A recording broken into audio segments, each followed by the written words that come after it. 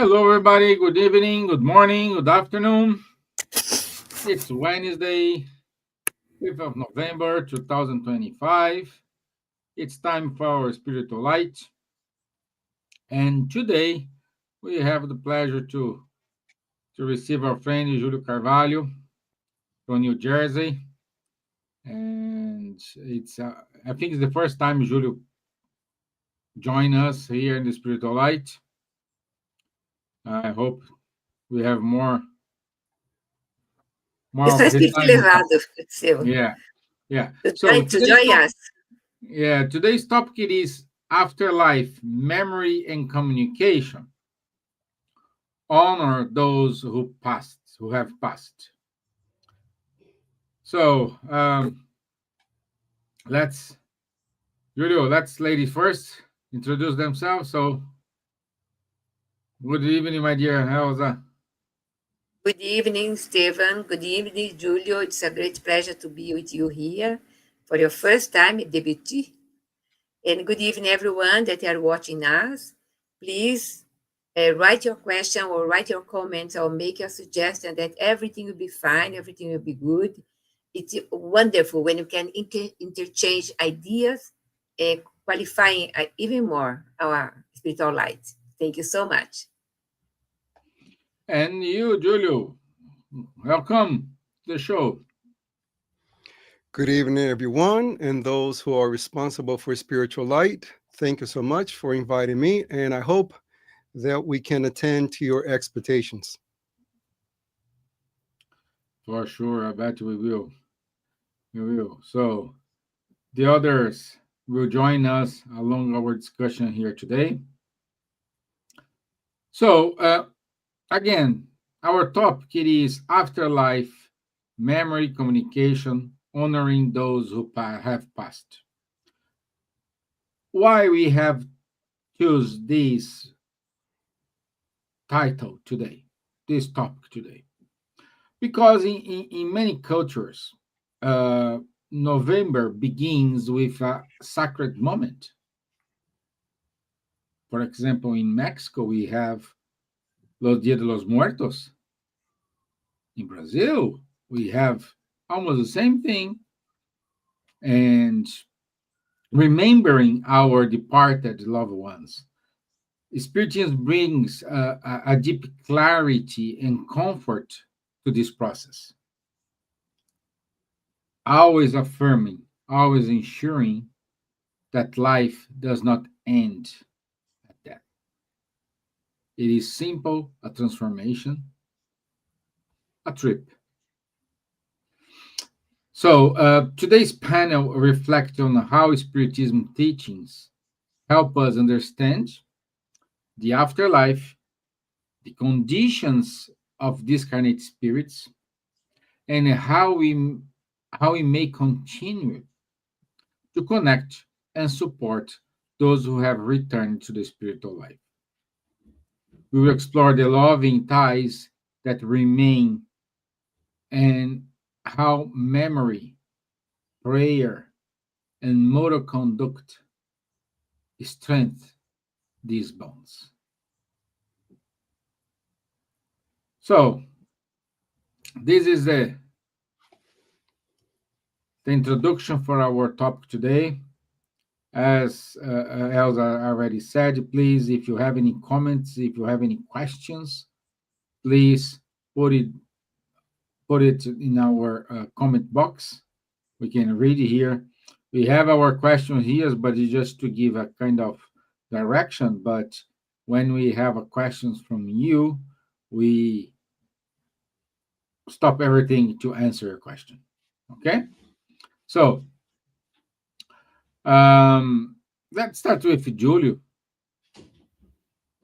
My friend, what happens to the spirit immediately after death?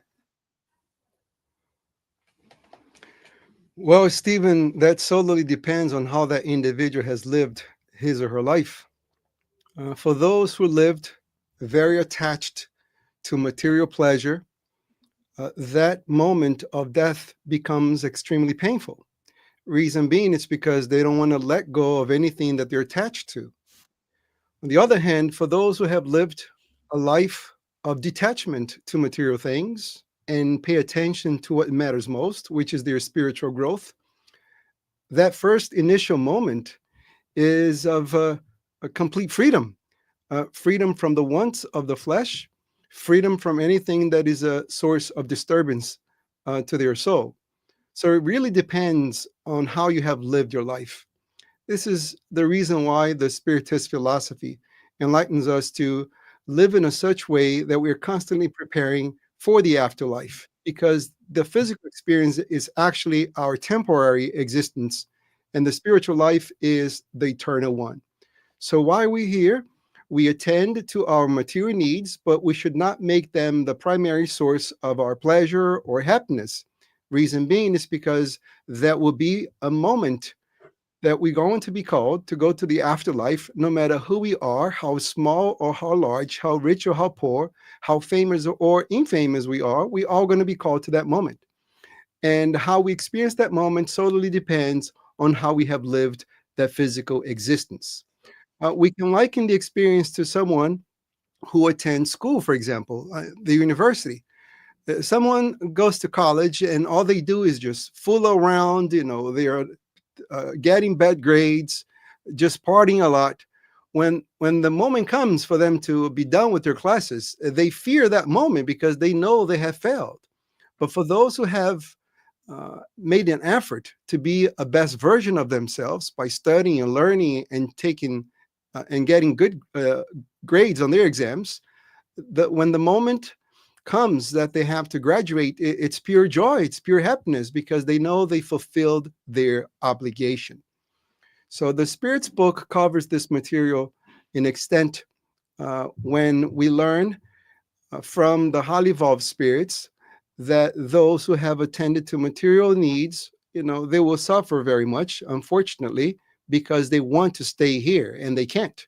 And those who have lived their physical life as if they were already ahead of themselves in their spiritual plane by their desires, by their needs, and most importantly, by being a better version of themselves, that moment is of pure joy. Okay, okay. And but at the same time, we need to think it's something new. Let's put it in quotes for us. We just don't remember, but we gradually awakes the spirit, and the spirit will have the conscious of the current state. So, my dear Elsa, how this how this conscious happens to us, because I don't know, I can imagine for those who thinks we're gonna die, gonna sleep, waiting for the last judgment.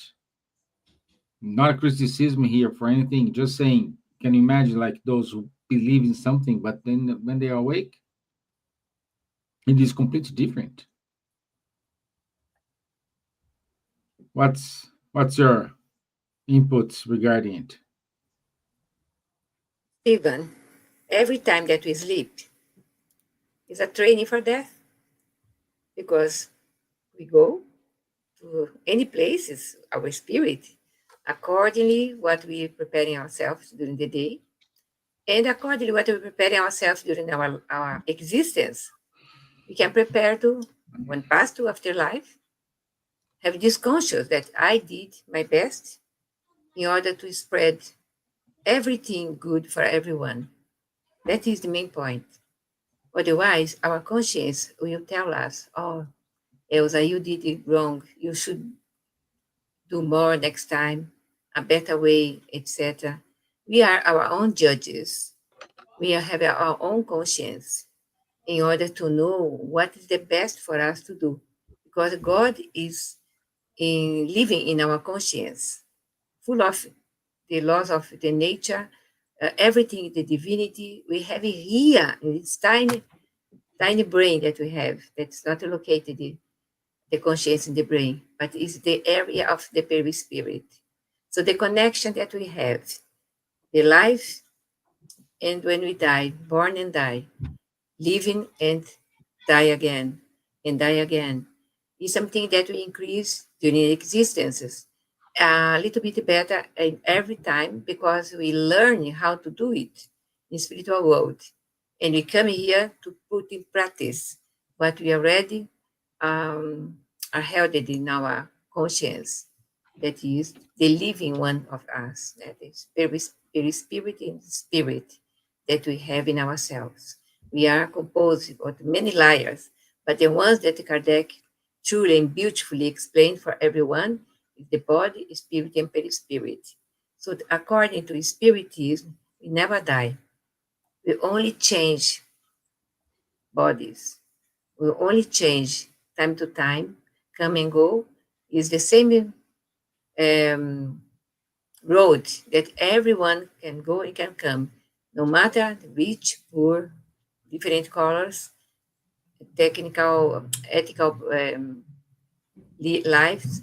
Everybody go to the same place, same way, not the same place. Because the ones go Mhm. with the better places already have the knowledge of how things happen, and the others to the lower places. But all of them are learning how to proceed next time, next existence. That we are here to learn, we are here to put in practice.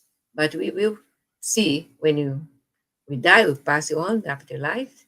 Our memory is still living, and we catch everything that we did in this existence, or the previous one, and there to be a big cake full of ingredients that we have to process, take our best taste that we can in order to come back in the next or future existence, reincarnation, that is a composing our life. Life is eternal. We are immortal beings.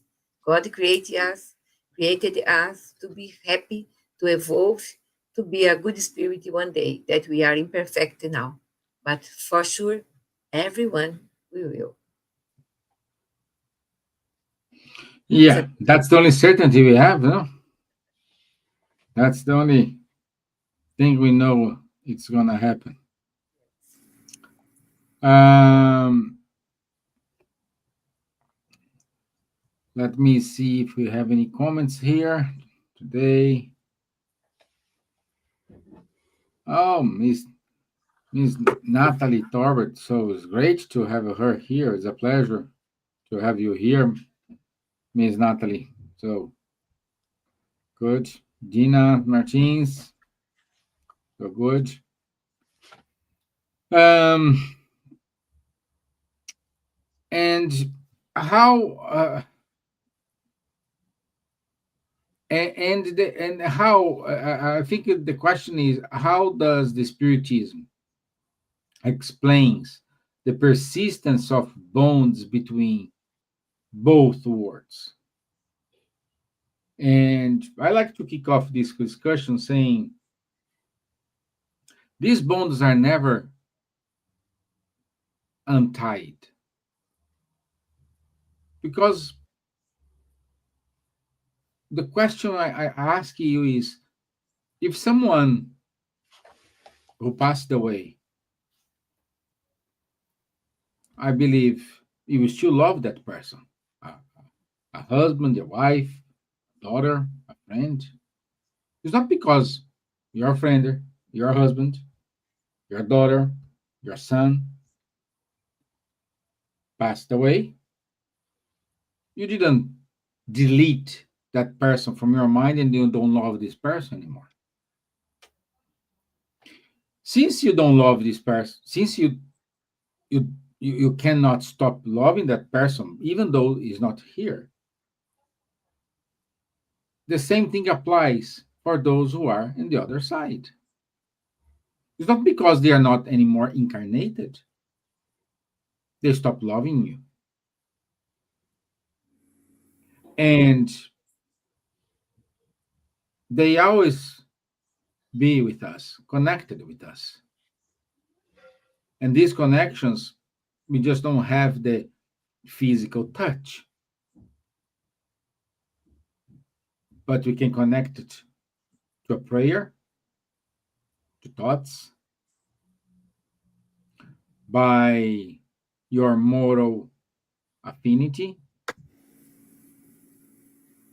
So, in other words, distance is not an obstacle here. What do you think, Maria Elsa? I see this question or this thought in two ways, Stephen, actually, because we can say we bond with our kids here now, that some kids are very nasty for the parents, and parents says, oh, I did wrong with these spirits that are my kids now. Perhaps I killed them, or I robbed them, or I did bad behavior towards them. And the kids now is giving back. No one born to kill, or born to be rude, or born to do things against others. We born in order to put in practice love and charity in our existence. But the father, the mother, the parents died. And in the spiritual world, they still link with these kids, this incarnation, and the others, the previous incarnation, and the other incarnation. So the bonds, sometimes the link will be very weak and sometimes very strong. Strong means when I am incarnated here right now, I find people that I have very strong bonds. Probably I said no, probably these people or this person or the family are my family from the past. I feel this connection reincarnated.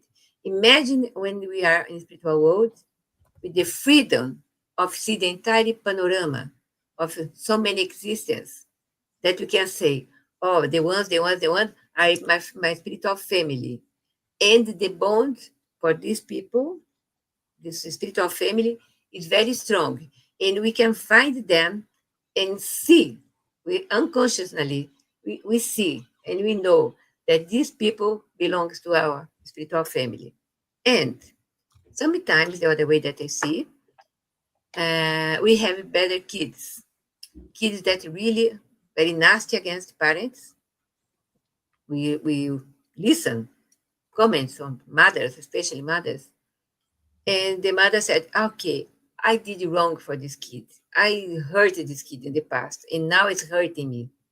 And I said, "No, you are a very good lady, very good mother. You did your best to your kids, and you are the one that when the benefactors ask you if you, with charity in your heart, want to receive two spirits that are very nasty for more than millennia in the spiritual world, and you said yes, without having bonds with them, without having a accomplishment with them, without even having bonded in the past with them." And this mother looked at me and said to me, "But it is possible." I said, "Yes, it is possible. Of course. Law, cause and effect, yes, we know that. But it's possible also that um, we adopted a kid here that no one wants to adopt, but the kid is very nasty. It said, no, I will face this challenge and I will help this spirit to grow towards the light, to educate, to go to university. You try your best. Most of the time, we fail because these spirits, they are really beautiful body, beautiful smile, but they are nasty kids or spirits. And that's it, what's happening in the world.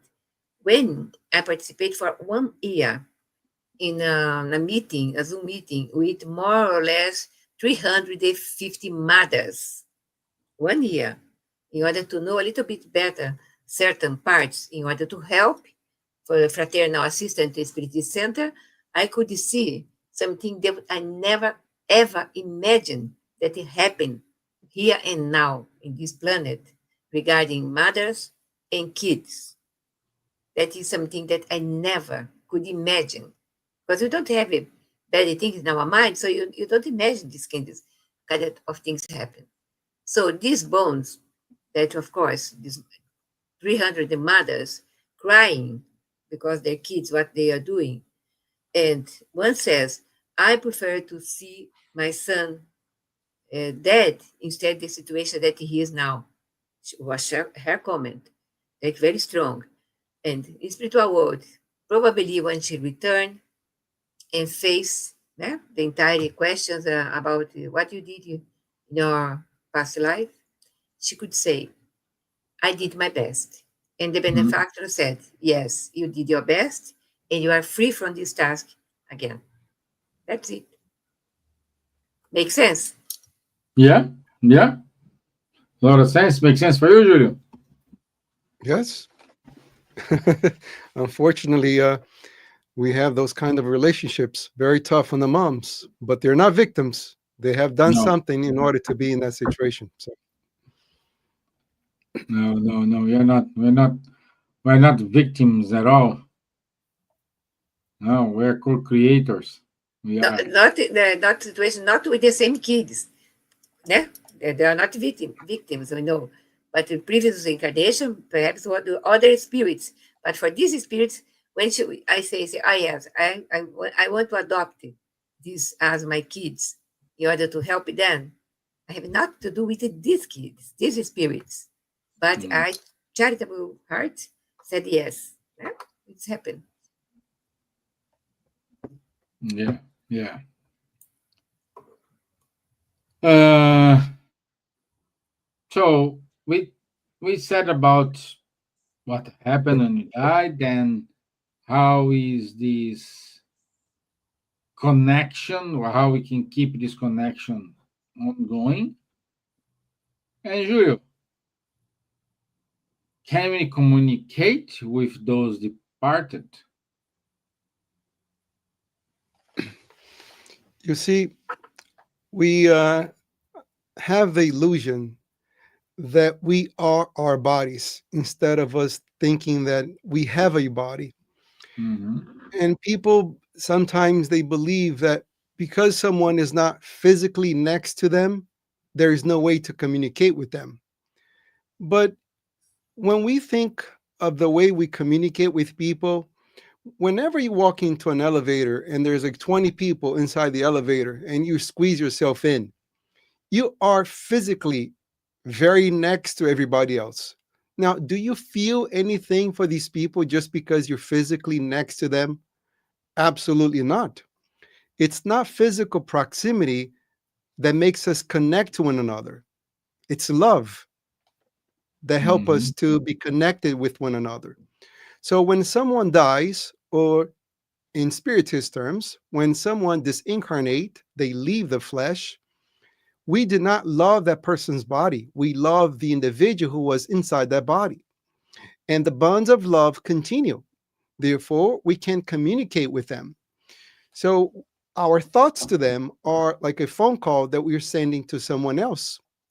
And we communicate through our thoughts. And at night, when we go to sleep, we release ourselves from our own bodies. And if we deserve, if we have the merit, we will communicate with them in the spiritual plane.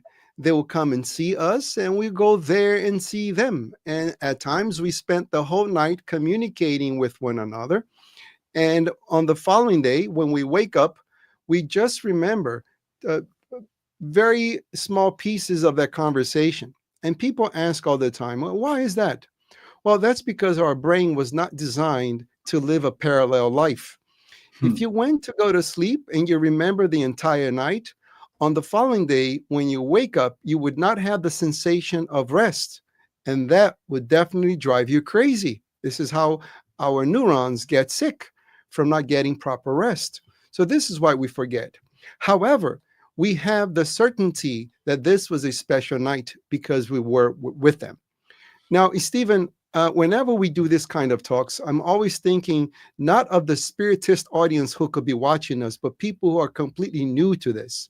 So we have many books that discuss in depth this kind of material. And one of my favorite ones in regards to the topic for today, which is how our lives influence the departed and how the departed influence our lives. It's the book Between Heaven and Earth, written by the Spiritist Dr. Andre Luis through the hands of Francisco Xavier. So let me repeat the title again. It's called Between Heaven and Earth. So in this book, you have those scenarios of people who disincarnated, they die, and they come and meet with those who are left behind in the flesh. And so on the following day, when the person who is in the flesh, the person who is quote unquote alive, wake up, they don't fully remember the conversation, but they do remember that they, were with that person. They remember the person smiling. They remember certain parts of the conversation that gives them the reassurance that that meeting took place. So you see, communications, Stephen, from the great beyond, it's really a difficult thing for the spirits to do.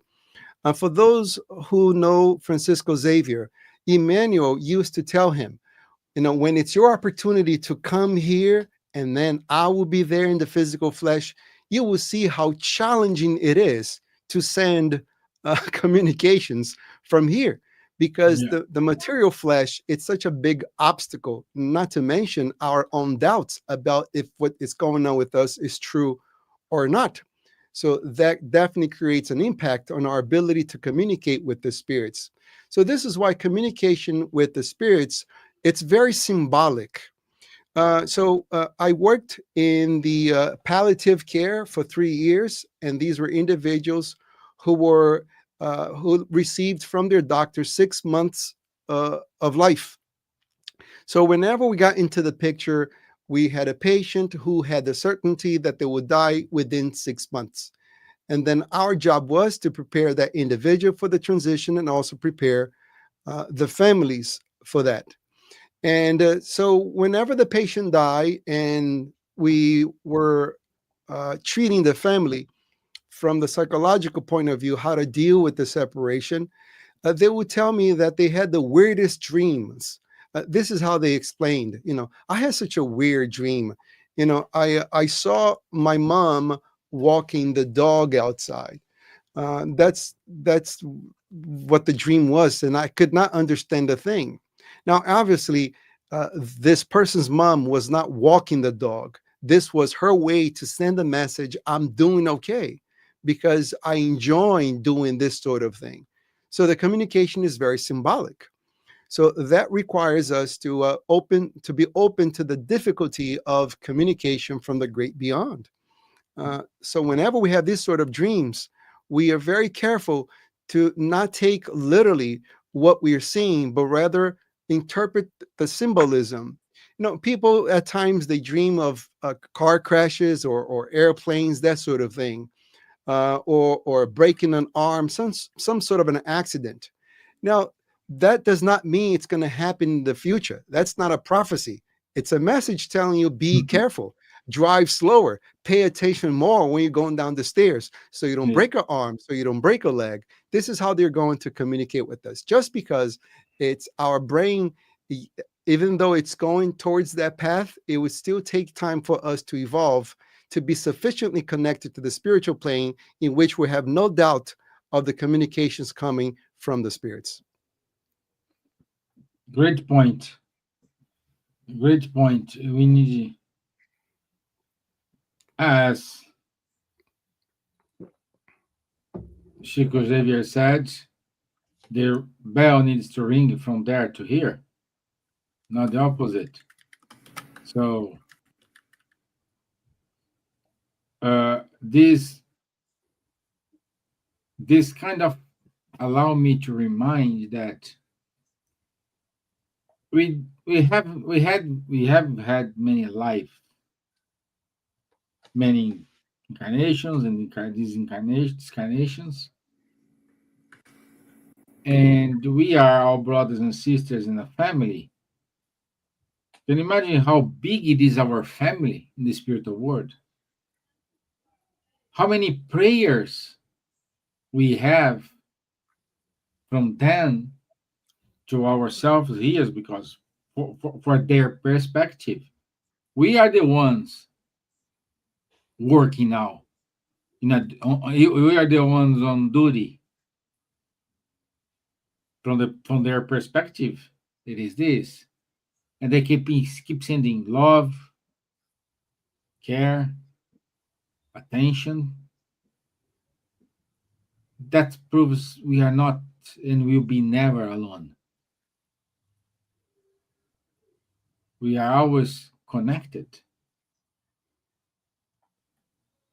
Like as I said at the beginning, in Los Dias de los Muertos, families goes to the cemetery to have a meal along with the grandparents who passed away.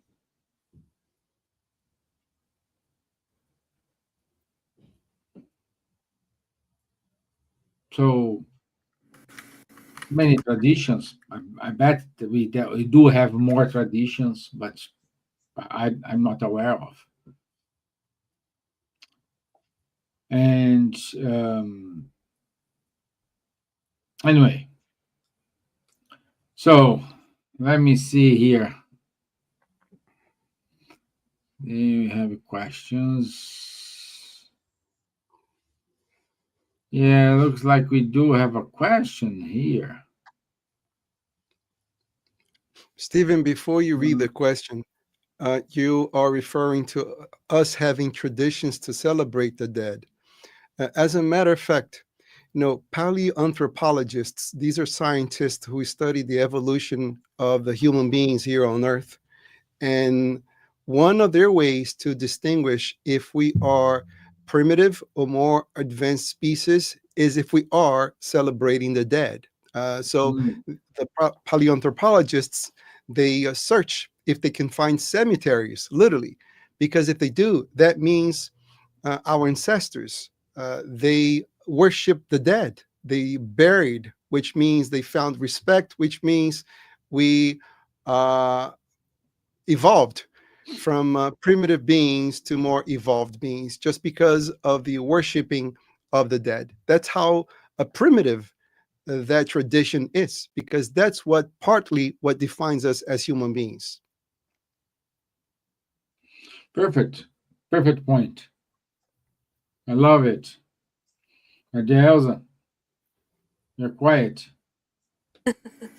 Listening and reading, the big question here now. Yeah, we do Historia. have this question. Yeah. I think it's the respect and the dignity that we have towards our families, our beloved ones, our ancestors, towards ourselves. We do unto others what we want others do unto you, unto us. So I, I myself, I don't be buried. I don't be cremated. It's another question that I prepare myself. I'm not to do this kind of things. But buried in cemeteries and graves and the beautiful graves that we have here in Walthamstow, I think the oldest cemetery that we have in north of London is really interesting. I'd like to walk there and see. Imagine the ones that are researching and the archaeologists and doing things and find this information. It brings to us that this understanding. I It's an honor to be worshipped and the honor to worship other Mhm. people that we'd like to send our prayers and they do really with dignity. Why cremate and they put the ashes everywhere that they're not allowed to do? They have to do wisely. But it's something that we know that the person is still living, never die. But it's a ritual of passage that everyone should do in order really to accept that the beloved one departed. And the history show us, I don't know how it was the first cemetery founded in the archaeology times, but it's something that tell us that the man, care Mhm. about other people when buried. But because otherwise the animals could eat eh, our beloved one, recently dead, and they buried with stones or the kind of things. that you all the ways to bury people. It's nice to continue to do that when it's possible now. But my vision now is different. Yeah. Hi, Charlie. Wow, Hey, nice to Charlie, we see you. missed you. You made it. Wow, great. You're on mute, my friend. We cannot listen to you. Sorry for the delay. I'm really sorry. No worries. So, Julio, we do have a question here from Estonia. I listen now about bound and spirits to adopt and about nasty kids. Yes, it's happened when parents have problem relationships with children. But why, if it happens opposite, that parents don't like kids and don't love the child? First of all, two things. Let me say hello to Charles. First time we do something together. How are you, Charles? Fine, thank you. Thanks a lot. Nice meeting you. And once again, I'm very grateful to be invited, but I did not know the format of the meeting. So I did not know I was supposed to make comments on top of someone else's answer because you're inviting Elsa to make a comment on the question. So I apologize for that. So in regards to the bonds and the trauma between parents and kids and their parents, what we have to realize, Earth is nothing but a big school, a big theater. And we are incorporating different roles. Sometimes we come as parents, sometimes we come as kids, but we are all old spirits. We have lived many physical existences in the past. And let's be clear about that. Life is just one. The physical existences are many of them. And each physical existence that we come, we are supposed to sublimate our relationships with one another. So once again, I refer to the book Between Heaven and Earth. These are individuals who are constantly involved in love triangles. And reason being is because, all of us are under three very powerful instincts: the instinct to rest, the instinct to eat, and the instinct to reproduce, sex. And that energy is extremely powerful. Reason being is because if it wasn't for sex, there would not be a continuation of the species. This is why it's such a strong instinct. And it overcomes the other two instincts. So because of this uncontrollable force in the stage that we find ourselves in, we get ourselves involved in many love triangles. So in that book, Between Heaven and Earth, you have 6 individuals who are constantly coming back in different reincarnations in different roles. So you have first a wife and a husband, and here comes a lover. The lover steals the wife from this husband, and now she is tied by physical attraction to the lover. And now here comes another lover, and this lover commits suicide because he was betrayed. And when we have this kind of relationships, we create not only biological ties if we have kids, but most importantly, spiritual ties. So now we are all responsible for the people that we have emotionally harmed. And they come back. And they come back as kids, they come back as parents. And the type of relationship we have with them, it's an indication of what kind of relationship we had with them in the past. So whenever you have a peaceful and friendly, loving relationship with your child, everything was resolved in a previous reincarnation. But when your child is extremely difficult, or the parent is extremely difficult, one of those two individuals was responsible for that situation. So in the Gospel according to Spiritism, chapter 28, this is the collection of prayers. There is a prayer that it's fantastic, and that talks about family ties and enemies. And it tells us that before we think of someone else as being our enemy, we need to ask ourselves, what is it that I have done in the past that caused the current situation? Reason being, it's because, my friend Stevan, when we find ourselves responsible for something that we have done, then immediately we also find the obligation to repair, to make amends to that individual. If we believe that we are victims of someone else, we are expecting that person to fix the relationship. And whenever we expect others to fix themselves in order to improve our lives, all we're doing, we're just prolonging our pain. So if you're the parent of the situation and you have a difficult kid, just ask yourself, what have I done in order to be in this situation? And I was not placed in this situation to fail. I was placed in this situation to succeed. And what are you going to do? You're not going to prepare that kid to be yours, because the kid is not yours. All of us belong to God, and we are temporarily next to one another. We are temporarily in these relationships. So as a parent, you're going to prepare them for life. You will give them the skills for them to succeed emotionally, professionally, financially, spiritually. And after you have done everything you could and they failed, that's their problem, not yours. You have fulfilled your obligation.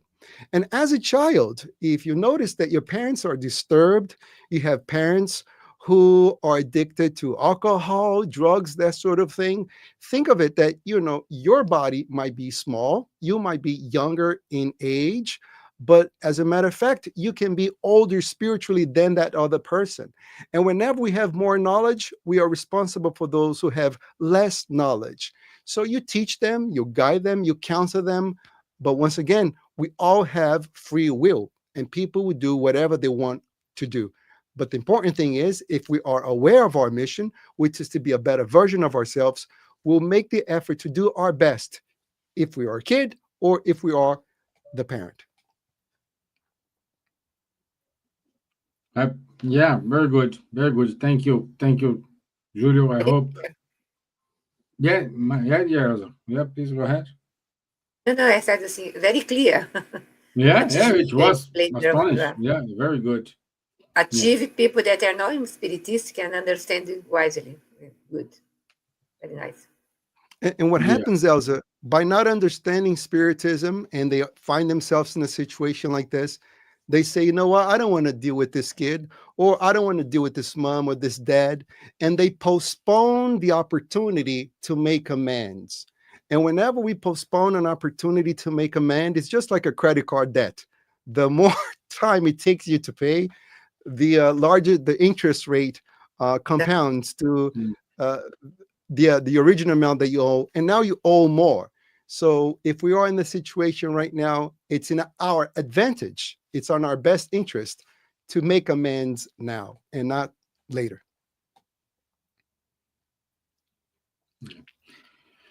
Okay, Charles, my friend. I have a question for you. Let's go. And do spirits visit us or participate, like in today's life, like in meetings at home, after they passing away? It's also a good question. I mean, everything is about the change of paradigm, isn't it? We are an incarnated soul. Huh? We are not just a bunch of cells governed by random biochemical reactions. Huh? So, from this spiritualist paradigm, of course, it changes completely the point of view on these questions. Huh? And one thing that the spiritist body of knowledge teaches us is there are spirits everywhere. Incarnated spirits like us, but also spirits which are not incarnated, discarnated spirits. And their influence on us is it's written permanent, and even sometimes so strong as it's as per the Spirit's book that they may lead us in some cases, depending on the use of our free will. And of course, from this, we have all these consequences that Giulio just talked about, and Elsa as well, is the relationship are continuing beyond the grave for those who left before us, for both when both left this physical life, and so on along the reincarnations. So yes, definitively. I mean, the people who were bound to us in many senses, but in a good sense, the beloved ones, but also the people who may be bound to us, may have some links to us, maybe do because we harm them in somehow, or they are not so happy with us. Yes, they can visit us, and they do visit us quite frequently, much more than what we can think.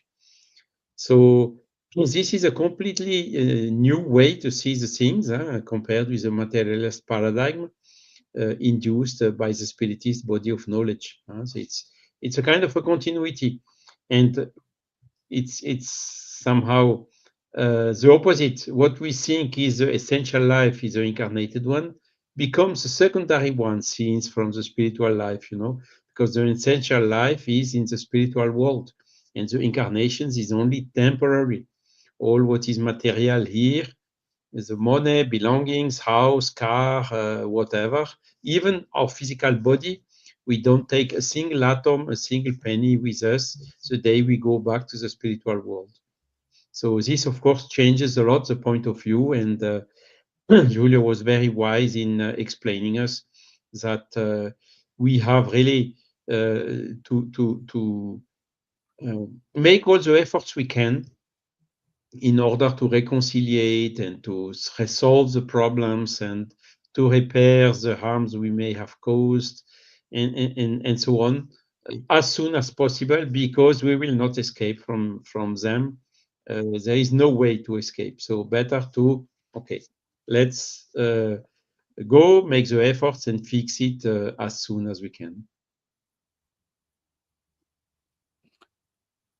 Great. Thank you. Thank you. Anyone to compliment or? Okay. So, in order to wrap up, because we are 90 minutes away, as I said at the beginning, we have people who light a candle for those who passed away. Some people go to the cemetery to have a dinner with those ones. Some just do a prayer. This is a question for three of you. It's not a specific question for a person. I want you to hear the comments for those three. How does remembering the death benefit? I will do again. How does remember the death benefit the living? So, what's the best way to remember and honor those who return to the spiritual life? Let's start with our guest, Julio. Before we get to that question, I'd like to pick back on what Charles said about the materialist paradigm. I'm constantly listening to physicists because, they try to study the element particles and see what we're all made of. And there's one of them called Michio Kaku. He's a nuclear physicist in New York City. And then he talks about his book, The Science of the Future. And look what he said.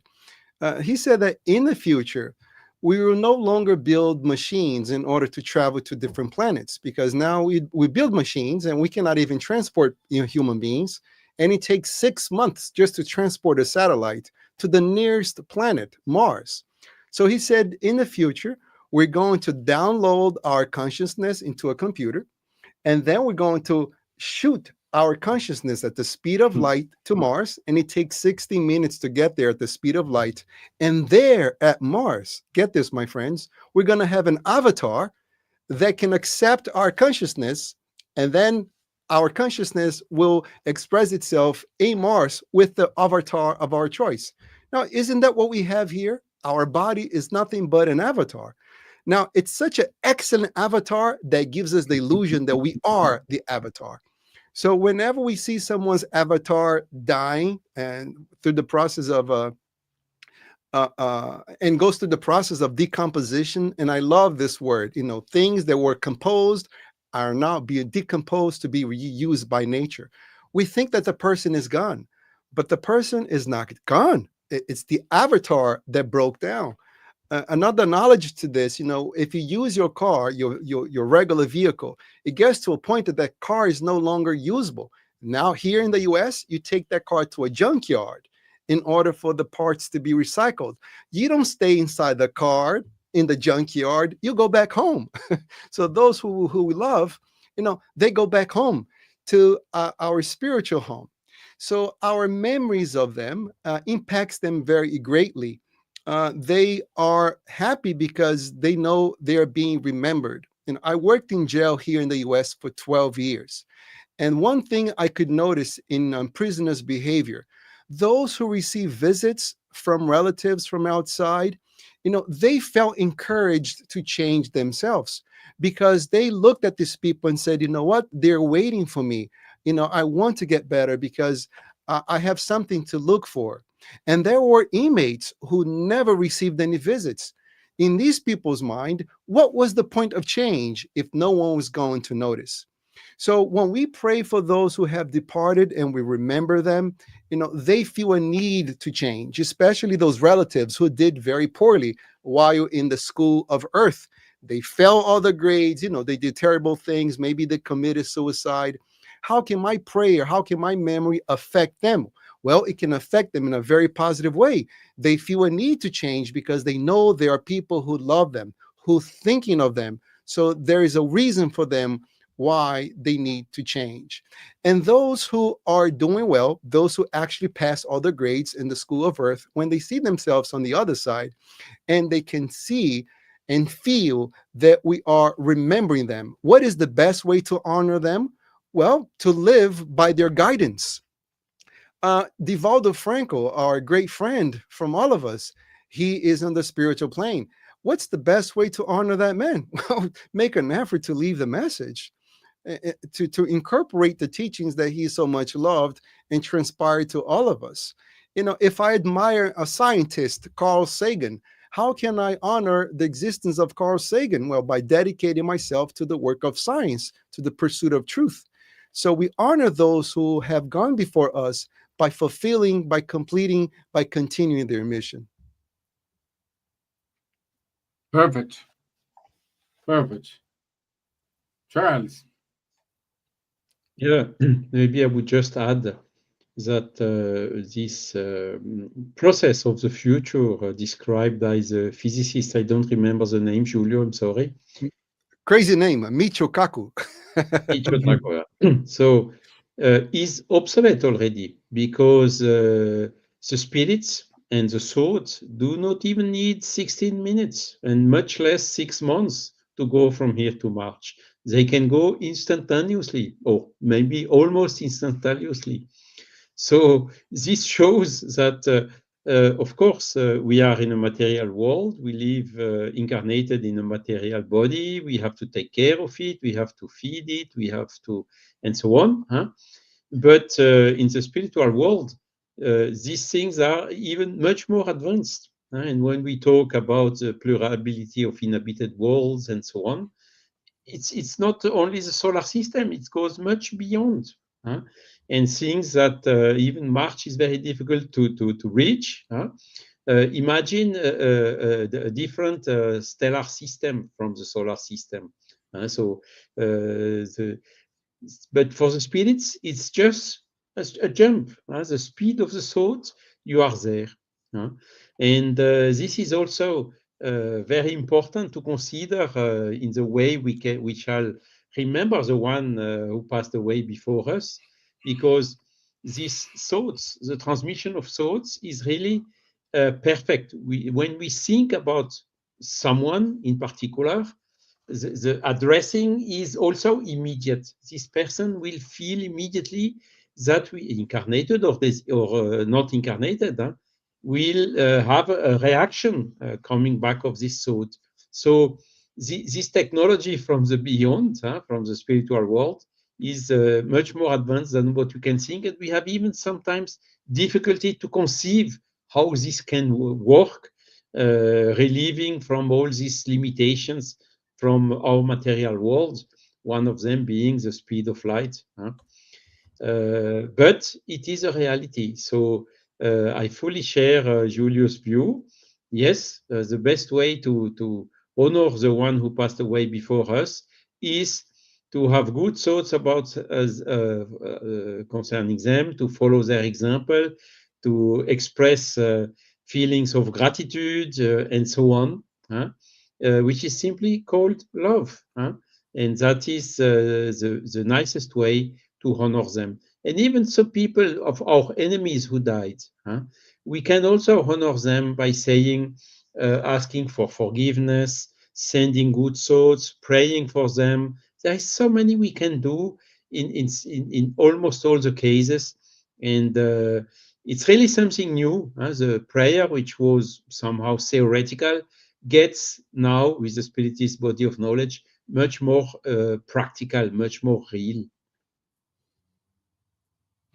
Perfect. Perfect. Very clear, both messages. And you, my dear Elsa, to wrap up.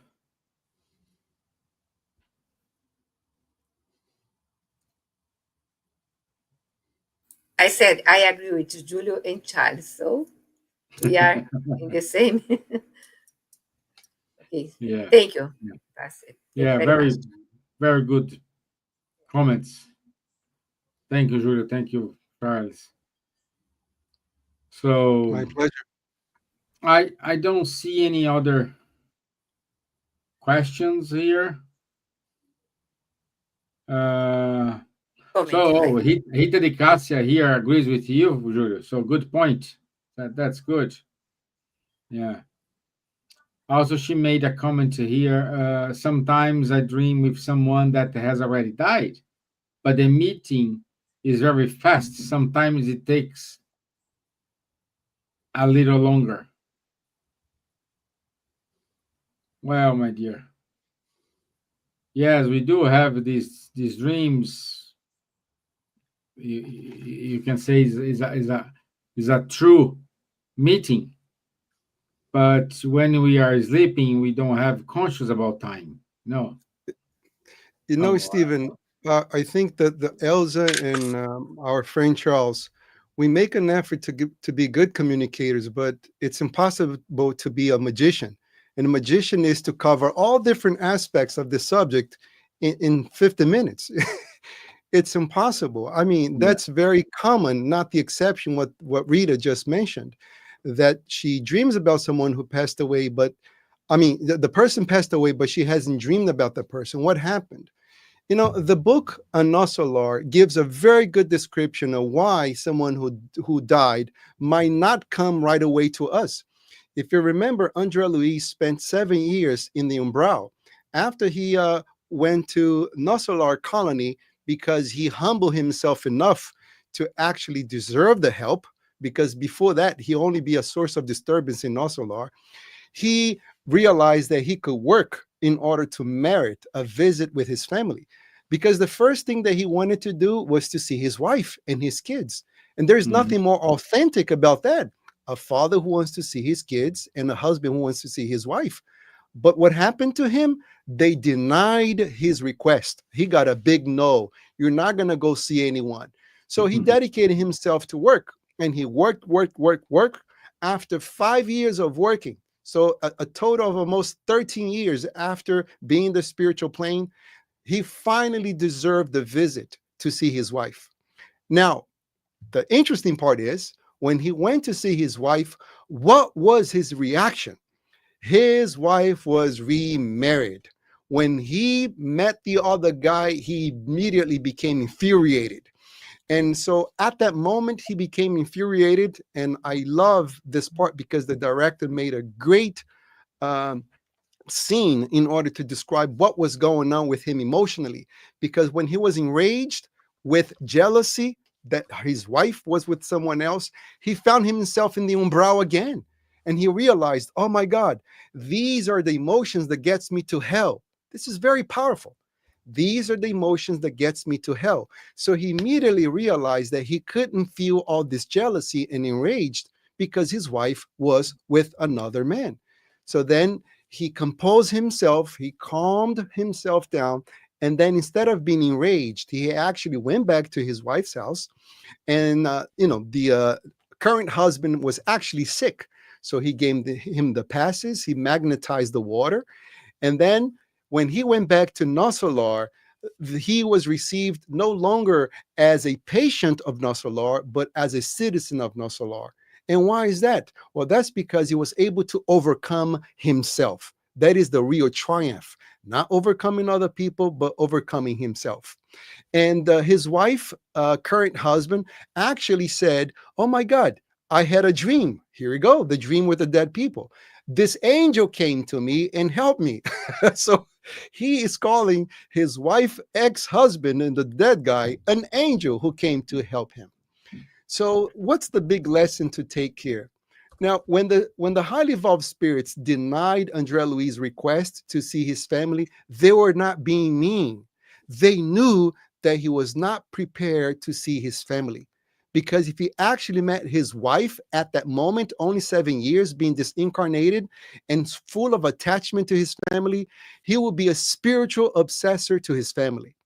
So for those of us who are listening to us, if your relative, if your loved one has departed and you have not yet had any dreams, this could be one of the reasons. They're just not ready yet. It would not be healthy or healthy for your loved one to actually have this meeting. But still, we can send our vibrations of love for them to get better as soon as possible. Wonderful. Ivan, maybe Yes. just a quick answer to Ulrich Kleinhempel. He's asking whether telepathy or transmission of thought goes at speed of light. No, it goes much quicker than speed of light. It is instantaneous, and that is exactly the point. All what is material is limited by speed of light, but all what is spiritual does not suffer at all from this limitation. Wonderful. And with that, we answered all the questions here. So let me share my screen with our announcements. Let me put it here for you guys. Okay. So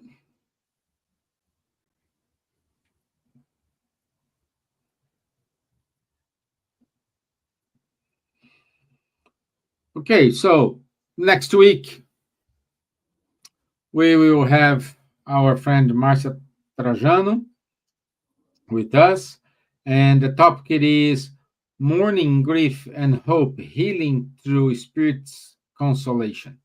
So 9 p.m. 9 p.m. London time on the 12th of November. Okay, so also every Saturday at 10:30 a.m. London time, we do have the Mediums book study with Charles, Munir, and Guilherme. So everybody's welcome to join. Please keep reading Spiritist magazine. It's free of charge. Just access this website. You can download the magazine and you can read it. So for more informations about the Spiritist centers in London, please go to www.buss.org.uk. If you want more details about the Spirit Centers in Ireland, go to www.isf.ie, and in France, go to www.lmsf.org. So, in those three websites, you may find probably a Spirit Center close to you and willing to helping you if you need it. Okay? Keep listening, Cardiac Radio. Thank you, Cardiac Radio, for the opportunity to be here, having wonderful guests like Julio today. So thank you so much. And these are the announcements for today. I want to say thank you, Julio. Thank you for your time. I know it's probably now 5 o'clock p.m. for you, so you're still in the middle of your day. While you're here, me and Charles and Elsa are getting ready to go to bed. So thank you all. Thank you very much for your time. And I will see you next Wednesday. For Okay? sure. Mhm. Thank you Thank for you. having me. Bye-bye. Julio, just God bless. wait a little bit. Okay? Thank you.